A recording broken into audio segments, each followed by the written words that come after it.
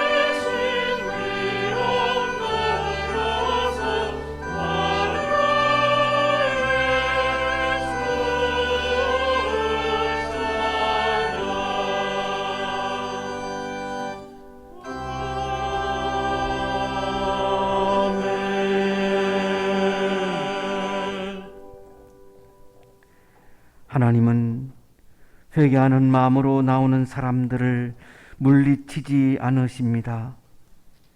이제 우리들의 죄를 뉘우치고 고백합시다.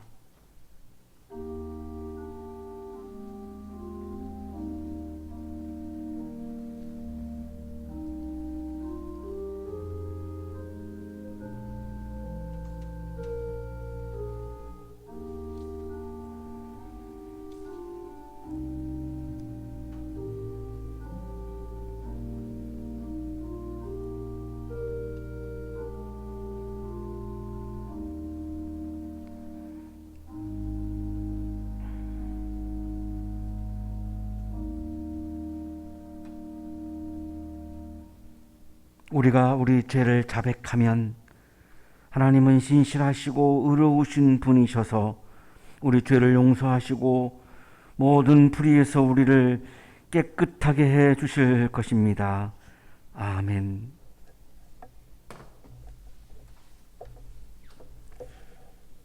찬송가 321장 날 대속하신 예수께 1, 2, 3절을 다 함께 부르겠습니다.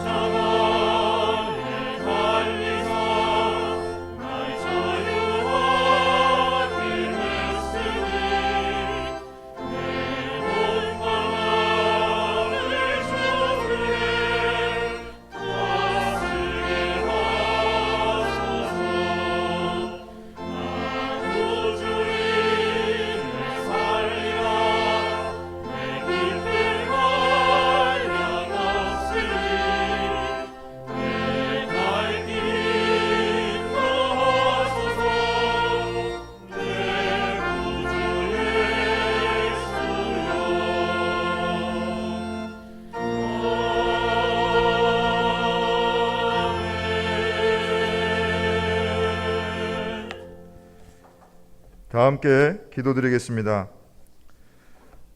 오늘도 새날 열어 모든 것을 새롭게 하실 주님을 기대합니다. 하루를 살아내는 것이 벅차고 내일 또한 고통에 가려 보이지 않는 저희들이지만 주님은 사랑의 손으로 언제나 굳게 붙들어주고 계심을 믿습니다. 믿음의 눈을 들어 크신 하나님을 바라보고 예배의 자리로 나아갈 때에 우리 삶 가운데 생명의 기운이 솟아나 하늘나라의 결실을 이루게 하실 줄 믿습니다. 이 시간 거룩하신 주님께 믿음의 예배를 드리며 지난 한 주의 삶을 돌아봅니다. 관용을 베풀지 못해 지체들을 아프게 하고 돈을 사랑해 주님 마음을 상하게 한 것을 회개합니다. 주님을 믿노라 고백하면서 말과 행동을 달리한 채 공허한 믿음에 머물렀던 영적 나태도 회개합니다. 교회의 머리가 되신 예수님의 지체로서 교회 울타리 밖에서도 신실한 제자로 살아가기를 소원하오니 십자가 은혜로 허락하신 하나님의 자녀의 아름다운 지위를 기억하며 아버지의 마음을 깨달아 믿음의 담력을 키우고 하늘나라 선한 사업에 열심을 내게 하여 주옵소서. 가진 것이 많든 적든 예수 그리스도를 아는 비밀 안에서 부욕해 하셔서 자족하고 감사하는 마음으로 넉넉한 인생이 되게 하시고 탐욕을 채우려고 믿음에서 떠나는 어리석은 사람이 아니라 경건의 능력을 나타내는 참 신앙인으로 살게 하여 주옵소서. 바른 말씀 선포와 가르침이 있어야 교회가 바르게 세워질 수 있음을 생각하며 한양대학교의 모든 권속들이 말씀에 귀를 기울이고 주님 말씀을 삶의 어기가 아닌 중심에 두고 살기를 기도합니다. 아무리 친밀한 사이여도 죄에는 동조하지 않는 단호함을 보이게 하시고 영육의 강건함과 정결함을 위해 힘쓰며 모든 것을 밝히 드러내실 주님 앞에 충직한 삶으로 살아가게 하여 주옵소서. 하나님 나라가 이 땅에 세워지길 소망하며 오랫동안 전 세계적으로 확산된 감염병의 위세가 속히 누그러지기를 기도합니다. 비상이 일상이 되어버린 이 시국에 무너진 가정이 속출하고 있고 경제적인 곤란으로 허덕이는 자영업자들과 감당할 수 없는 채무로 파산에 이르는 무수한 이웃들을 바라봅니다. 일상이 회복되도록 주님께서 도와 주옵소서. 저희 심령에도 아버지의 마음을 부어주셔서 사회적으로 거리를 두며 지낸 지난 2년여 세월이 무색하도록 얼어붙고 위축되었던 관계가 예수님의 사랑으로 눈 녹듯이 녹아내리게 하여 주옵소서. 바라옵기는 한양대학교회에 연로하신 어르신들 그리고 육신의 질고로 병상에 있는 환우분들을 위하여 기도하오니 예수님의 치유하시는 손길로 환부를 어루만져 주셔서 몸도 마음도 회복시키시고 강건케 하시는 은혜 더하여 주시기를 기도드립니다. 아울러 한양동산에 속한 모든 지체들과 재학생들, 교직원분들 그리고 국제학생에 이르기까지 사랑으로 하나 되어 이 동산에서 하나님 나라 이루어 나가게 하여 주옵소서. 더불어 한양대학교에 맡겨주신 영혼들과 다음 세대가 신앙 안에서 바르게 서기를 기도합니다. 헌신하는 마음으로 믿음의 공동체를 든든히 세워나갈 수 있도록 저희 모두에게 지혜와 총명을 더하여 주옵소서. 이제 주님의 말씀을 붙들고 단위에 서시는 이천진 담임 목사님께서 말씀 선포하실 때에 생기를 불어넣으시고 은혜로 충만케 하실 줄로 믿습니다. 담임 목사님을 주님의 크신 팔로 붙들어 주셔서 담대히 선포되는 말씀을 통해 듣는 저희 모두의 심령마다 부활의 능력, 영생의 소망으로 넉넉하게 하여 주옵소서. 다시 오실 우리 주 예수 그리스도께서 나타나실 때를 간절히 기다리며 영원으로 이어지는 일상을 아름답게 채워나가게 도와 주옵소서. 오늘도 예배를 위해 정해진 시간과 장소를 거룩하게 구별한 모든 교우분들의 가정과 예배를 돕는 반주자와 성가대 중창단, 오케스트라 그리고 방송실 사역자의 섬김 위에 주님의 크신 은혜 내려주시기를 소원하며 우리를 구원하신 예수님의 이름으로 기도드리옵나이다. 아멘.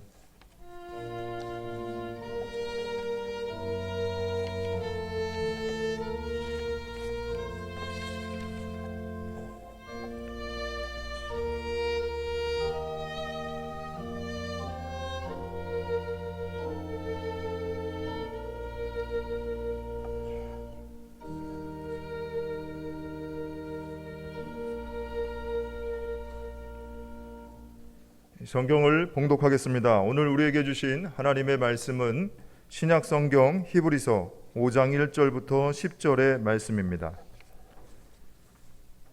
각 대사장들은 사람들 가운데서 뽑혀서 하나님과 관계되는 일에 임명받습니다. 그리하여 그는 사람들을 위하여 예물과 속죄의 희생 제사를 드립니다. 그는 자기도 연약함에 휘말려 있으므로 그릇된 길을 가는 무지한 사람들을 너그러이 대하실 수 있습니다. 그는 백성을 위해서 속죄의 제사를 드려야 하는 것과 마찬가지로 그 연약함 때문에 자기 자신을 위해서도 드려야 하는 것입니다. 누구든지 이 영예는 자기 스스로 얻는 것이 아니라 아론과 같이 하나님의 부르심을 받아서 얻는 것입니다. 이와 같이 그리스도께서도 자기 자신을 스스로 높여서 대제사장이 되는 영광을 차지하신 것이 아니라 그에게 너는 내 아들이다, 오늘 내가 너를 낳았다 하고 말씀하신 분이 그렇게 하신 것입니다. 또 다른 곳에서 너는 멜기세덱의 계통을 따라 임명받은 영원한 제사장이다 하고 말씀하셨습니다. 예수께서 육신으로 세상에 계실 때에 자기를 죽음에서 구원하실 수 있는 분께 큰 부르짖음과 많은 눈물로써 기도와 탄원을 올리셨습니다. 하나님께서는 예수의 경외심을 보이시어 그 간구를 들어주셨습니다. 그는 아드님이시지만 고난을 당하심으로써 순종을 배우셨습니다. 그리고 완전하게 되신 뒤에 자기에게 순종하는 모든 사람에게 영원한 구원의 근원이 되시고 하나님에게서 멜기세덱의 계통을 따라 대제사장으로 임명을 받으셨습니다. 서신서의 말씀입니다.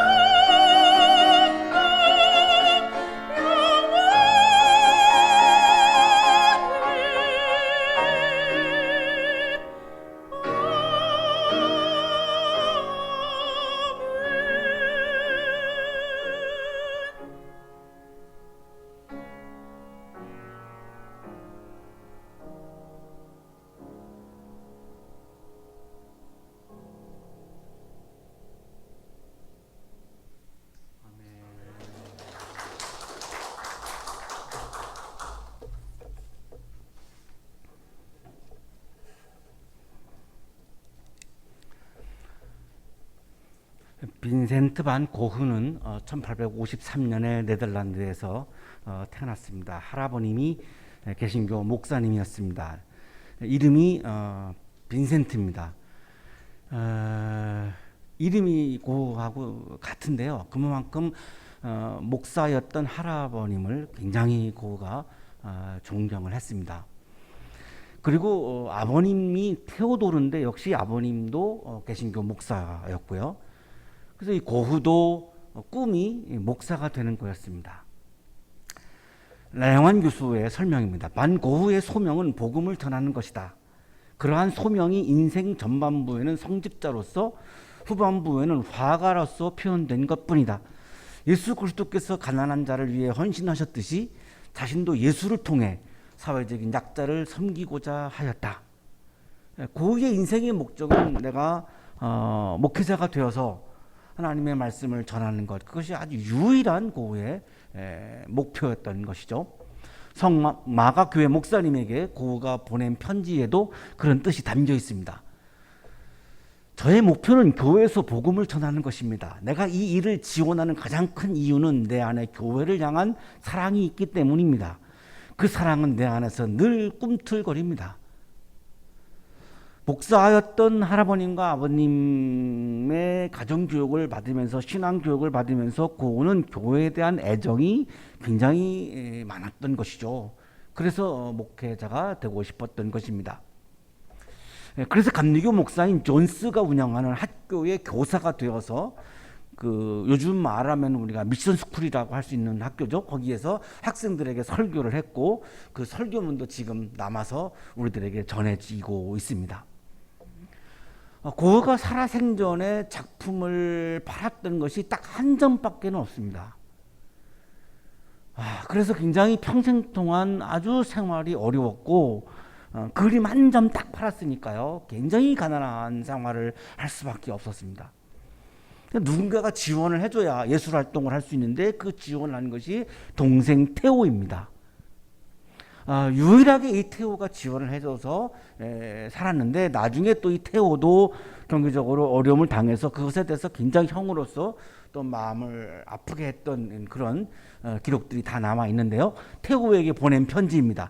내가 간절히 바라는 것은 아버지와 할아버지의 영이 내 위에 머물러 나로 하여금 목회자가 되게 하는 것이야.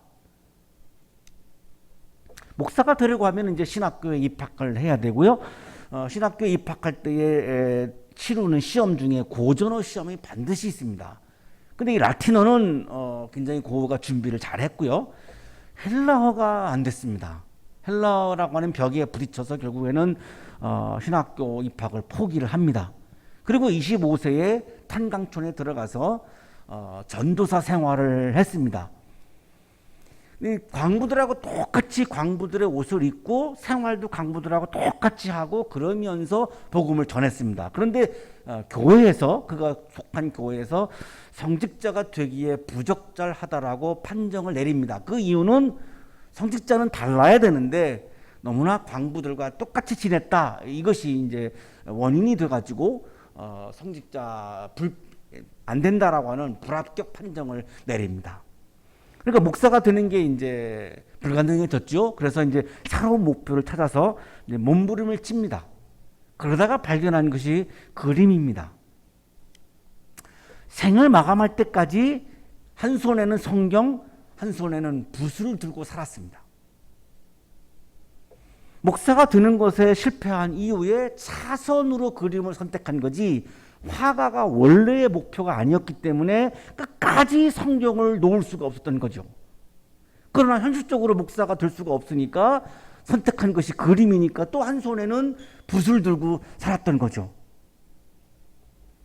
그러니까 내가 유명한 화가가 되겠다 이런 것이 목표가 아니었고 고흐의 목표는 날마다 내가 하나님을 만나는 기쁨, 내가 하나님을 바라보는 기쁨, 내가 하나님의 말씀을 따라서 내가 살아가는 기쁨, 이것이 가장 중요한 삶의 목표였던 겁니다. 그래서 고흐의 그림 중에는 새 그루의 나무와 붉은 하늘이라고 하는 하늘을 중심으로 그린 그림이 있습니다. 이게 하늘을 중심으로 그린 것이 뭐냐면 하나님을 바라본 거죠. 사이프러스 나무 이런 그림들도 다 하늘이 중심이 되어 있습니다. 그림 중에 2분의 1 이상이 다 하늘입니다. 그 이유는 하나님을 바라보는 마음이 굉장히 간절했던 거죠. 1889년 36세 때에 생레미 요양원에 들어갑니다. 정신적으로도 아팠고 육체적으로도 아팠습니다. 36세 젊은 나이였지만 이 요양원에서 거의 마지막 화가로서 마지막으로 죽기 전에 그린 그림이 별이 빛나는 밤이라고 하는 이런 그림이죠. 이 그림을 보고 한 싱어송라이터가 빈센트라고 하는 그런 노래를 만들었죠. 스타리 스타리나 우리가 잘 알고 있는 그런 멜로디인데요. 그 정도로 이 작품이 굉장히 많은 사람들의 가슴을 울린 작품인데요. 그림을 보시면 왼쪽에 사이프러스 나무가 있는데 하늘을 닿아 있습니다.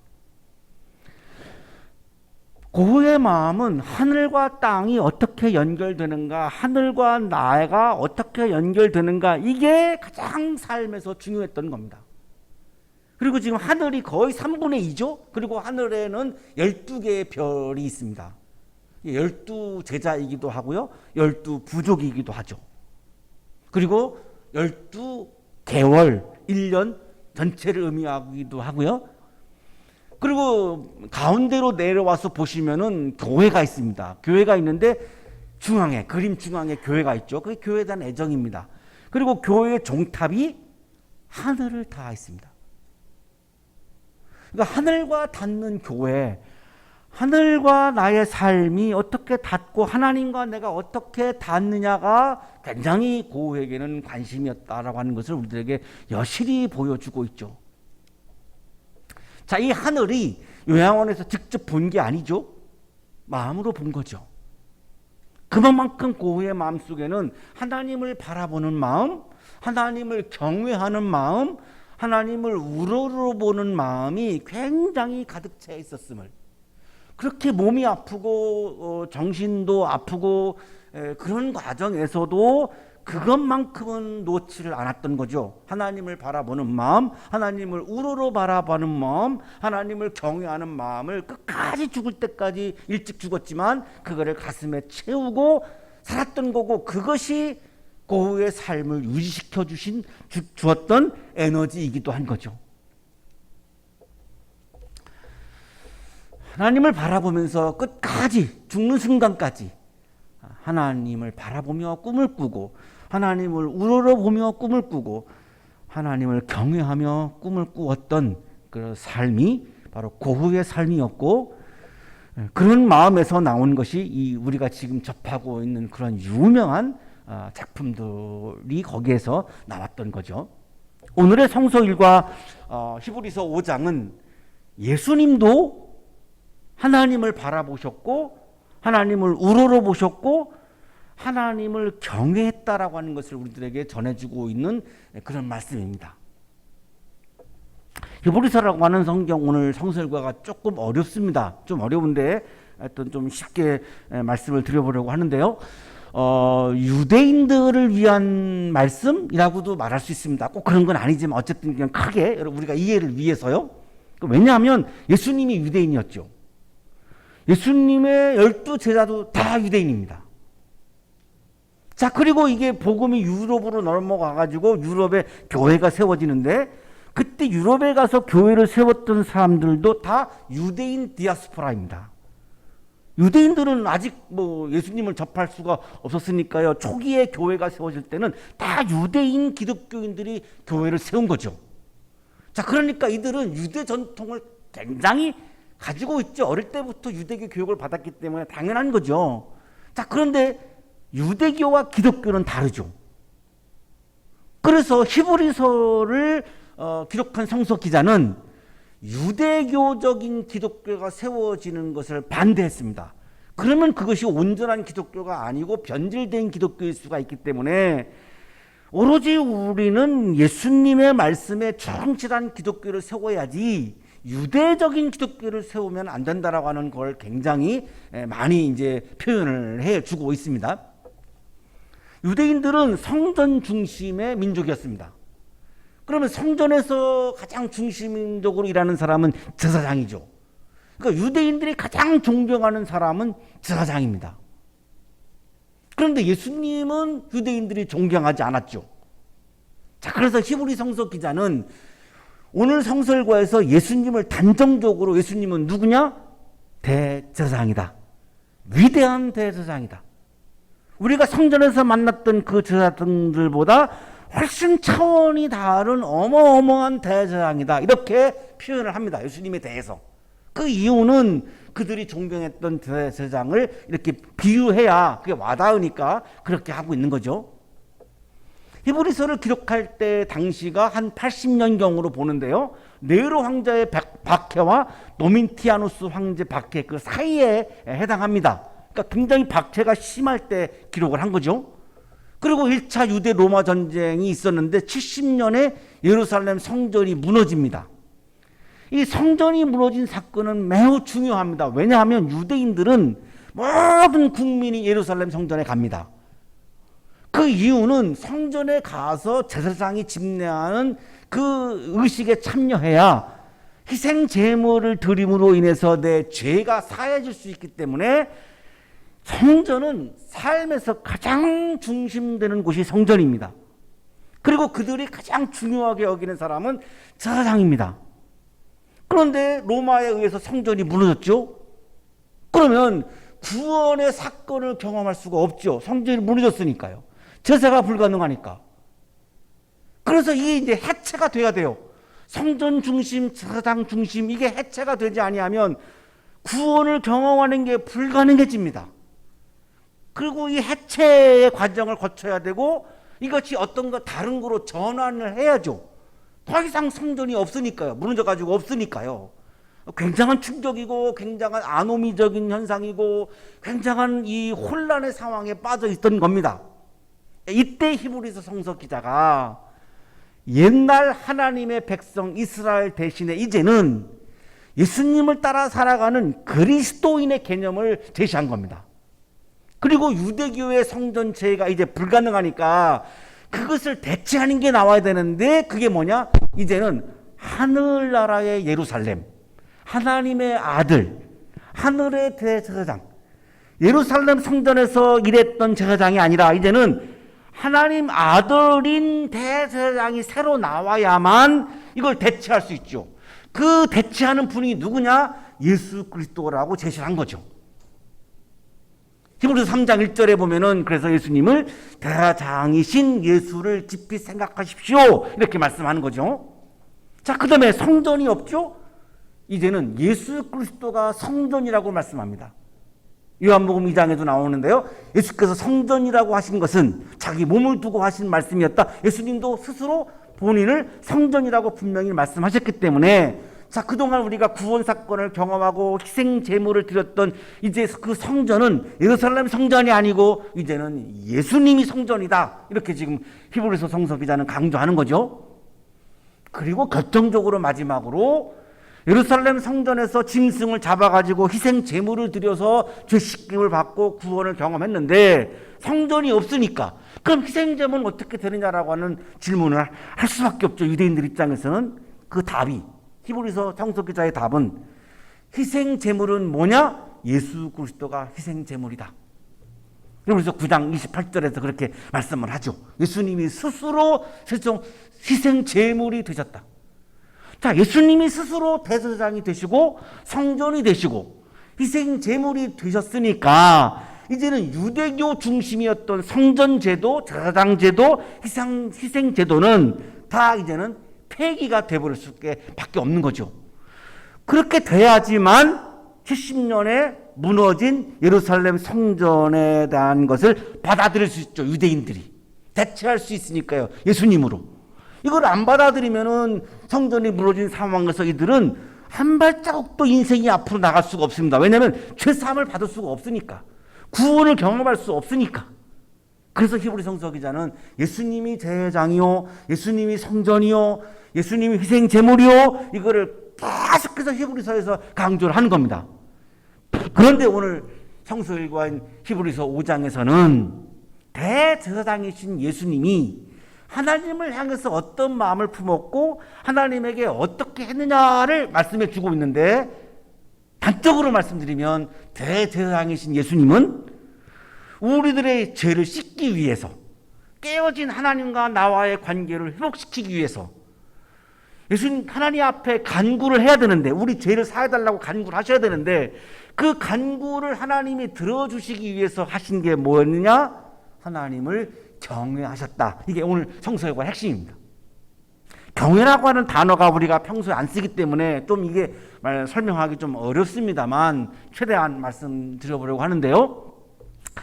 오늘 성서가 이렇게 시작합니다. 대제사장은 사람들 가운데서 뽑혀서 하나님과 관계되는 일에 임명받습니다.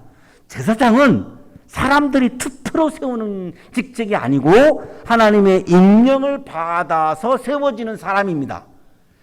뭘 하느냐? 속죄의 희생제사를 드리는 사람이죠.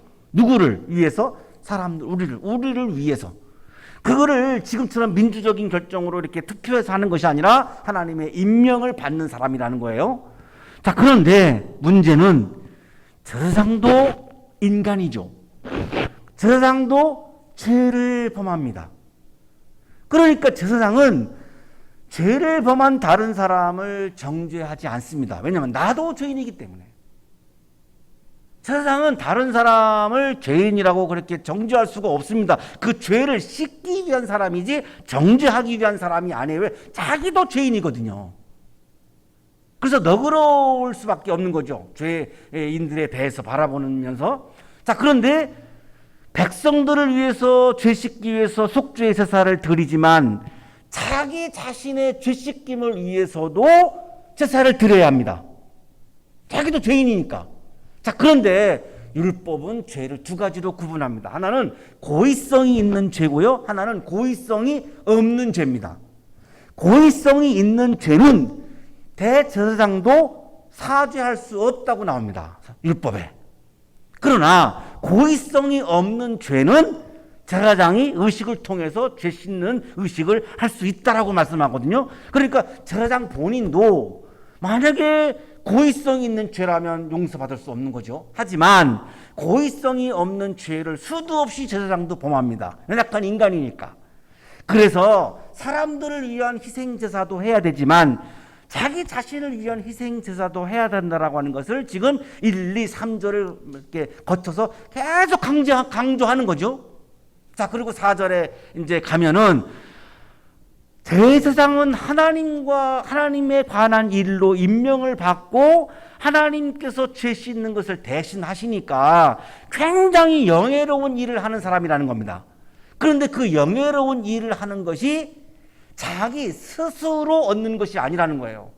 내가 노력을 해가지고 혹은 내가 뭔가를 잘 열매를 거두어서 하는 것이 아니라 전적으로 4절 하나님의 부르심을 받아서 그 일을 하게 된다는 거죠. 하나님이 결정하는 거지 그것은 사람이 결정하는 게 아니라는 거예요. 자, 이제 그거를 더 구체적으로 설명을 5절에 가서 하는데요. 이와 같이 그리스도께서도, 자, 사람들의 제사장을 쭉 말씀한 다음에 이제 5절에 가서는 이런 것처럼 예수님도 대제사장입니다 라고 이제 드디어 말씀을 하는 거예요. 자, 그러면서 첫 번째 강조하는 게 있습니다. 자기 자신을 스스로 높여서 대제사장이 되는 영광을 차지한 것이 아닙니다. 예수님 본인도 자기가 원해서 자기가 자기를 높여서 영예로운 일을 하고 있는 제사장이 된 것이 아니고, 너는 내 아들이다, 오늘 내가 너를 낳았다 라고 하나님이 말씀하시면서 하나님의 아들인 예수 그리스도를 대제사장으로 세우셨다는 거죠. 이 말씀은 시편 2장 7절을 인용한 거예요. 너는 내 아들이다, 오늘 내가 너를 낳았다. 하나님의 아들이기 때문에 하나님은 예수님을 대제사장으로 세우셨다는 거죠. 자, 그리고 두 번째 근거가 있습니다. 멜기세덱의 계통을 따라 임명받은 영원한 제사장이다. 누가? 내가. 예수님이 그런 말씀이잖아요. 자, 이거는 시편 110편 4절을 인용한 건데, 이 멜기세덱의 전통을 따랐다라고 하는 말씀의 의미는 복잡한데요. 요약하면 예수가 메시아이기 때문에 그런 의미입니다. 이 히브리인들은, 유대인들은 아론의 후예만 제사장이 된다라고 하는 게 유대인들의 인식입니다. 그 혈통에 의해서 이어지거든요, 제사장은. 그런데 예수님은 아론의 후예가 아니에요. 그러니까 유대인들은 예수님이 제사장이라고 하는 히브리서 성서의 말씀을 받아들이기 어려워요. 그러니까 히브리 성서 기자가 예수님이 대장인 것은 아론의 혈통이 아니고 멜기세덱의 전통을 따라서 하나님이 임명한 거야, 이렇게 말씀하는 거죠. 그 멜기세덱이 누구냐? 구약 성서에서 나오는 첫 번째 제사장입니다. 창세기 14장 18절인데요. 그때의 살렘 왕 멜기세덱은 팡과 포도주를 가지고 나왔다. 그는 가장 높으신 하나님의 제사장이다. 출애굽기에 나오는 아론보다 훨씬 먼저 하나님이 제사장으로 세운 첫 번째 사람이 멜기세덱인데, 예수님은 아론의 혈통이 아니라 이 멜기세덱의 전통에서 따라서 하나님이 임명하신 제사장이다. 왜? 아들이니까. 두 번째, 메시아이니까. 그래야 우리를 구원하는 일을 하시니까, 우리들의 죄를 씻는 일을 하시니까. 그래서 예수님을 세웠다라고 지금 이제 말씀을 히브리서가 하고 있는 겁니다. 김달수 교수의 주석입니다. 멜기세덱은 포로가 된 빛의 아들들에게 해방을 선포하고 그들을 위해 속량을 선언하러 온다. 따라서 그는 메시아와 동일시 된다. 이 멜기세덱의 계통을 따랐다라고 하는 것은 다른 말로 하면 메시아이다라고 하는 말과 같은 말이다라고 하는 것을 김달수 성서학자가 우리들에게 다시 한번 그렇게 근거를 얘기해 주고 있습니다. 자, 이 대장이신 예수님은 그러면 누구죠? 인간입니다. 인간이면 다른 대장들처럼 연약함이 있고 죄를 범할까요? 죄는 없어요. 하지만 인간이기 때문에 연약함이 있죠. 고통도 받았고 죽음의 위협도 받았고 십자가에서 죽었고 목말랐고 배가 고프고 인간적인 그런 연약함을 다 경험하셨죠. 그래서 그때마다 예수님은 어떻게 했느냐? 하나님께 구원해달라고 부르짖었다는 거예요. 눈물로 기도하고 눈물로 탄원을 올렸다는 거예요. 그리고 다른 사람들의 구원에 대해서도 눈물로 기도하시고 눈물로 탄원했다는 거예요. 왜? 제사장이니까 우리들의 죄를 씻는 역할을 하셔야 되니까. 그 기도를 드리고 부르짖고 탄원할 때 예수님 마음이 어떤 마음이었는가가 핵심입니다. 오늘 성서의 핵심입니다. 그때 예수님의 마음은 하나님께서는 예수의 경외심을 보시어서 그 간구를 들어주셨습니다. 예수님이 그렇게 탄원하고 부르짖고 간구할 때 예수님의 마음은 하나님을 바라보고 하나님을 우러러보고 나를 낮추고 하나님을 높이는 이런 하나님을 두려워하는 경외심을 가지고 부르짖고 탄원하고 기도를 드렸고 그 경외심 때문에 그거를 보시고 하나님은 그거를 들어주셨다, 이렇게 말씀하는 거죠. 그러니까 하나님께 가장 중요한 거는 뭐냐? 경외심이라는 겁니다. 우리가 오늘날 신앙인으로 살면서 하나님을 마주할 때 그럼 가장 중요한 게 뭐냐? 중요한 마음이 뭐냐? 경외심이라는 겁니다. 이 경외심은 한자어로 공경경 두려워할 외인데요. 공경하는 마음으로 두려워한다는 의미죠. 무서워하는 마음으로 공포스러운 마음으로 두려워하는 거가 아닙니다. 이거는 그 경외가 아니에요. 정말로 내가 좋아하고 존경하고 공경하는 마음으로 두려워하는 것, 이걸 말합니다. 제가 옛날에 젊은 30대 초반에 부목사 생활을 할 때에 우리 담임 목사님이 교단장이신 장기천 감독님이었는데 제가 정말로 존경했습니다. 그분의 삶과 목회를. 이렇게 딱 마주 앉으면 눈을 못 들었어요. 그분의 눈을 못 봤어요. 무서워서가 아니에요. 너무나 존경하는 큰 어른 앞에서 내가 1대1로 마주 앉아서 대화한다. 이게 막 떨리는 거죠. 막 가슴이 떨리는 거예요. 비슷한 그런 것 같은데요. 경외라고 하는 거는 무서워서 이게 떠는 게 아니라 너무나 좋고 너무나 내가 공경하고 너무나 내가 존경하고 따르고 싶고 그런 큰 분을 내가 이렇게 마주 대한다. 이게 막 떨리는, 이게 바로 경외라고 하는 의미입니다. 경건한 마음으로 두려워하는 거, 거룩한 두려움, 이런 의미입니다. 히브리어로는 이 일을 아는데 떨리는 마음으로 내가 놀라워하는 거, 이분의 존재 자체를 내가 놀라워하는 거. 왜? 이분이 하실 일이 막 기대가 되니까. 헬라어로는 율라 메이아스인데요, 영어로는 레버넌스. 숭배하는 마음, 경건한 마음, 경건한 복종. NIV 성서에는 경건한 복종. 킹 제임스 버전에는 두려움인데 공포의 두려움이 아니라 좋아서 나오는 두려움, 이런 겁니다. 떨리는 마음으로 탐복하고 경탄하는 거. 하나님께서, 예수께서 자신을 높이지 않고 하나님을 높이는 마음을 그 경외심에서 보신 거죠. 그래서 예수님의 간구를 다 들으셨다는 겁니다.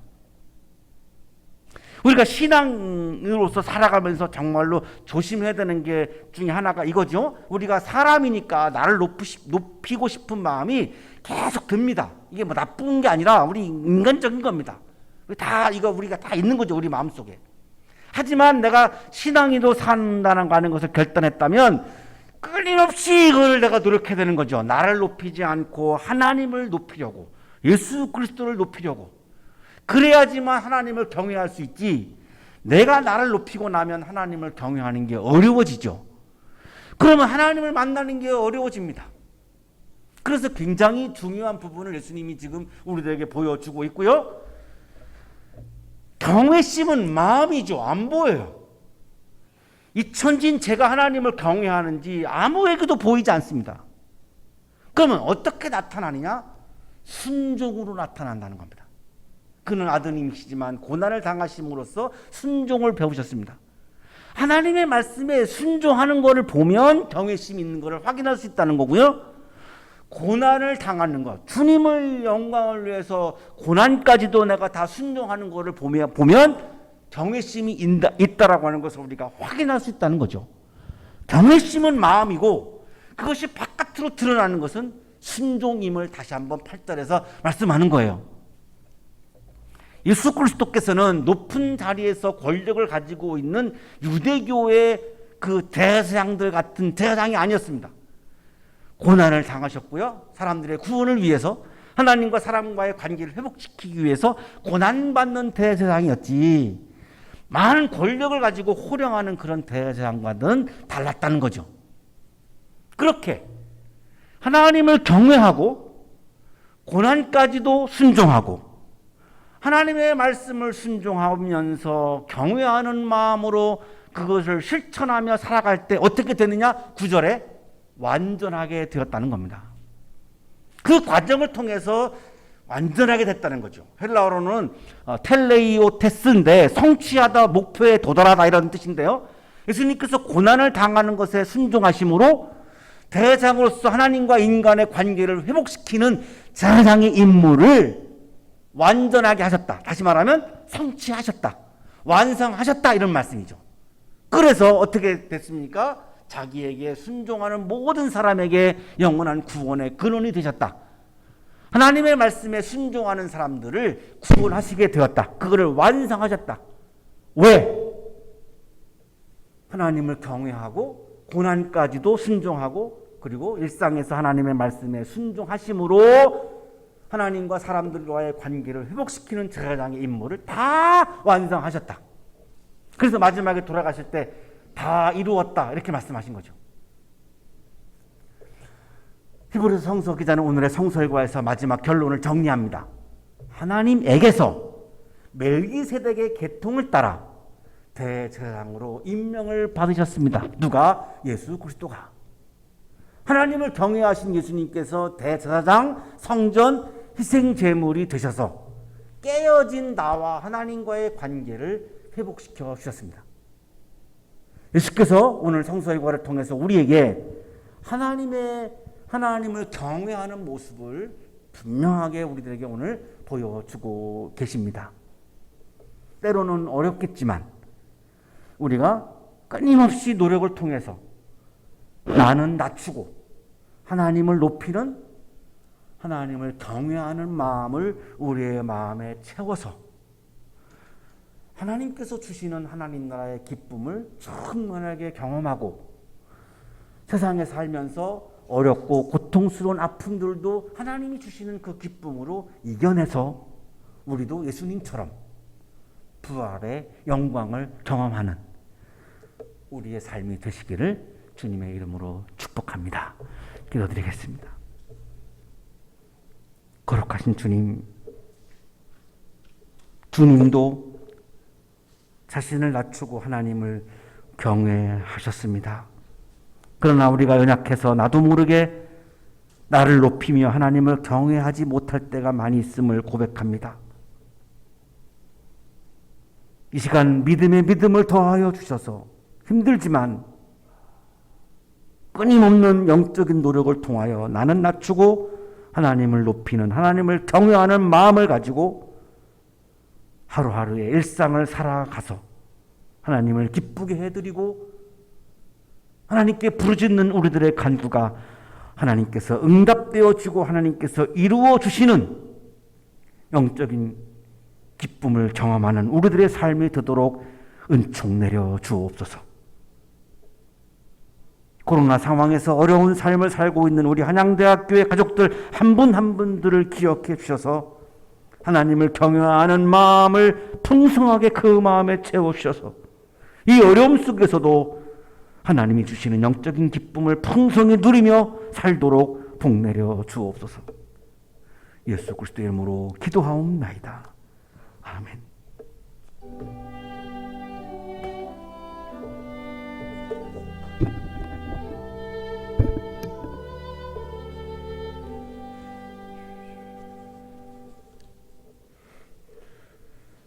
오늘은 창조절 7째 주일입니다. 다음 주일은 창조절 8째 주일로 해당 성서일과는 예레미야 31장 7절에서 9절까지의 말씀입니다. 해당 본문을 가지고 담임 목사님께서 인도하겠다라는 제목의 말씀을 들려주실 텐데 주중에 말씀을 충분히 묵상하셔서 다음 주일에도 은혜가 있으시기를 바랍니다. 우리 교회는 매일 오전 9시면 몸이 편찮으신 분들을 위해서 마음을 모아 기도드리고 있습니다. 정해진 시간 9시 혹은 12시 오후 3시에 같이 기도해 주시기를 바라고, 아울러서 전 국민이 지금 백신 접종 완료율이 이제 70%를 향해 가고 있는데 아직도 불안하고 위축된 삶을 살아가고 있습니다. 기도하실 때에 국민분들의 안전과 또 위험을 무릅쓰고 수고하시는 의료진들, 또 방역의 손길들, 우리 한양대학교 학생과 유학생, 그리고 한양대학교의 믿음의 식구들, 모든 구성원들을 기억하시고 함께 기도해 주시기를 바랍니다. 우리 교회는 감염병의 확산을 막기 위해서 또 교인분들의 안전을 지키기 위해서 온라인으로 예배를 드리고 있습니다. 금요일 오후가 되면 교회 홈페이지에 주일 예배 영상이 업로드되고 있고, 주일 오전 9시에 교인분들의 휴대폰으로 해당 링크를 전송해 드리고 있습니다. 기억하셔서 주일 오전 9시 받으시는 링크를 통해서 예배를 드리시기 바랍니다. 예물을 봉헌하시는 교우분께서는 화면에 보이시는 계좌로 이체해 주시기를 바랍니다. 이체하실 때는 보내시는 분들의 그 성함과 함께 헌금의 종류를 기재해 주시면 교회 재무 업무로 수고하시는 분들께 큰 도움이 됩니다. 지난주 교우 여러분들께서 기도해 주신 덕분에 우리 청년교회 온라인 모임을 잘 마쳤습니다. 11명이 참여해서 자신이 있는 곳에서 함께 찬양하고 기도하면서 삶을 나눴습니다.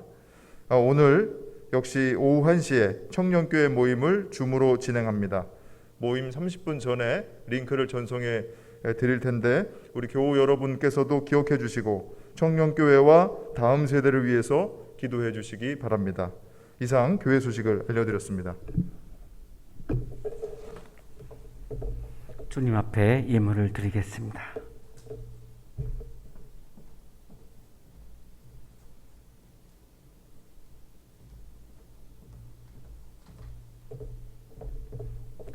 거룩하신 주님, 대제사장이 되셔서 우리와 하나님과의 관계를 회복시켜 주시고 우리의 죄를 씻어 주시는 은혜에 감사드립니다.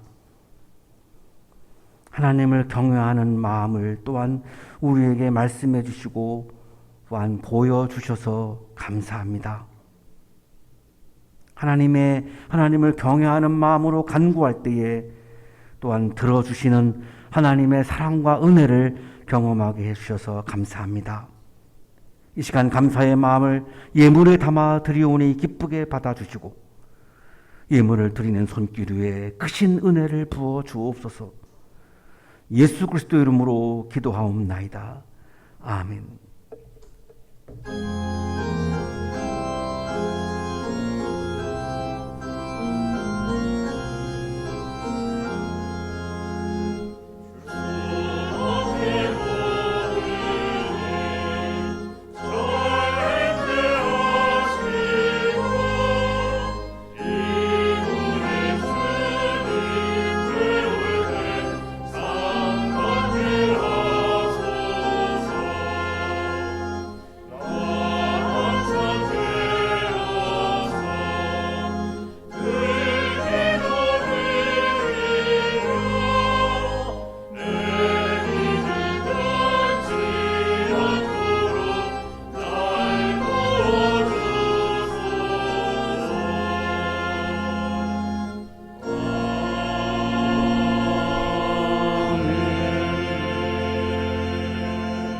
이제는 우리에게 하나밖에 없는 생명까지도 아낌없이 사랑으로 나누어 주시는 예수 그리스도의 은혜와 오늘도 우리에게 말씀을 주시는 하나님의 사랑하심과 생명의 기운을 주시는 성령의 역사하심이 하나님을 바라보고 하나님을 우러러 바라보고 하나님을 경외하는 마음을 우리의 마음에 가득가득 채우고 세상을 향하여 힘차게 나아가는 우리 모든 한양 가족들의 삶 속에 지금부터 영원토록 함께 하시기를 간절히 축원하옵나이다.